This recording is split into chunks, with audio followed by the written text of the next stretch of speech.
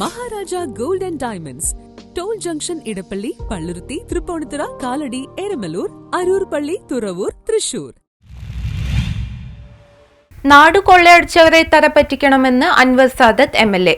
നാട് കൊള്ളയടിച്ചവരെ തറ പറ്റിക്കണമെന്ന് അൻവർ സാദിത്ത് MLA പറഞ്ഞു. ആരാധനാലയങ്ങളുടെ സമ്പത്ത് കവർന്ന് ധൂർത്തും സ്വജനപക്ഷപാതം വികസന മുരടിപ്പും സമ്മാനിച്ച് ദുർഭരണം നടത്തി മുന്നോട്ടു പോകുന്ന ഇടതു സർക്കാരിനെ അനുകൂലിക്കുവാൻ മത്സരിക്കുന്ന LDF സ്ഥാനാർത്ഥികളെ തറ പറ്റിക്കണമെന്ന് MLA ആഹ്വാനം ചെയ്തു. ഒരാൾക്ക് പോലും വോട്ട് ചെയ്യാൻ തയ്യാറാവില്ല. കേരളത്തിൽ അക്രമം വർദ്ധിച്ചു വരുന്നു.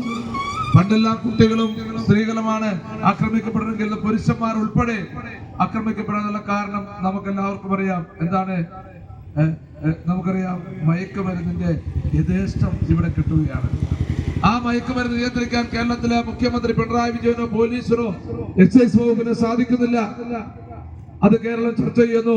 ആ മയക്കുമരുന്ന് ഉപയോഗിച്ചുകൊണ്ട് കൊലപാതക പരമ്പരകളാണ് കേരളത്തിൽ നടക്കുന്നുണ്ടെങ്കിൽ ആ കൊലപാതകത്തിൽ ഇരയായ കുടുംബാംഗങ്ങളുടെയും അത് കണ്ട് പ്രയാസപ്പെട്ട പൊതുസമൂഹത്തിന്റെയും വോട്ട് ഈ ഭരിക്കുന്ന പാർട്ടിയുടെ പ്രതിനിധിക്ക് കിട്ടില്ല എന്ന് യാതൊരു സംശയവുമില്ല. പ്രിയപ്പെട്ടവരെ, ജില്ലാ പഞ്ചായത്ത് സ്ഥാനാർത്ഥി അഹല്യ സദാനന്ദന്റെ തിരഞ്ഞെടുപ്പ് പര്യടനം കാഞ്ഞൂർ പഞ്ചായത്ത് തല ഉദ്ഘാടനം തുറവുംകരയിൽ നിർവഹിക്കുകയായിരുന്നു അദ്ദേഹം. ത്രിതല പഞ്ചായത്തുകളിൽ തുടർഭരണം ഉറപ്പാക്കിയ ഐക്യജനാധിപത്യ മുന്നണിയുടെ തേരാളികളെ വിജയിപ്പിച്ച് നാട്ടിൽ മുടങ്ങിപ്പോയ വികസനങ്ങൾ ത്വരിതപ്പെടുത്തുവാൻ വൻ ഭൂരിപക്ഷം നൽകണമെന്നും ഒപ്പമുണ്ടാകുമെന്നും അൻവർ സാദിത്ത് പ്രഖ്യാപിച്ചു. വായനശാല കവലയിൽ നടന്ന സ്വീകരണ സമ്മേളനത്തിൽ UDF മണ്ഡലം ചെയർമാൻ അഡ്വക്കേറ്റ് വർഗീസ് കോയിക്കര അധ്യക്ഷത വഹിച്ചു.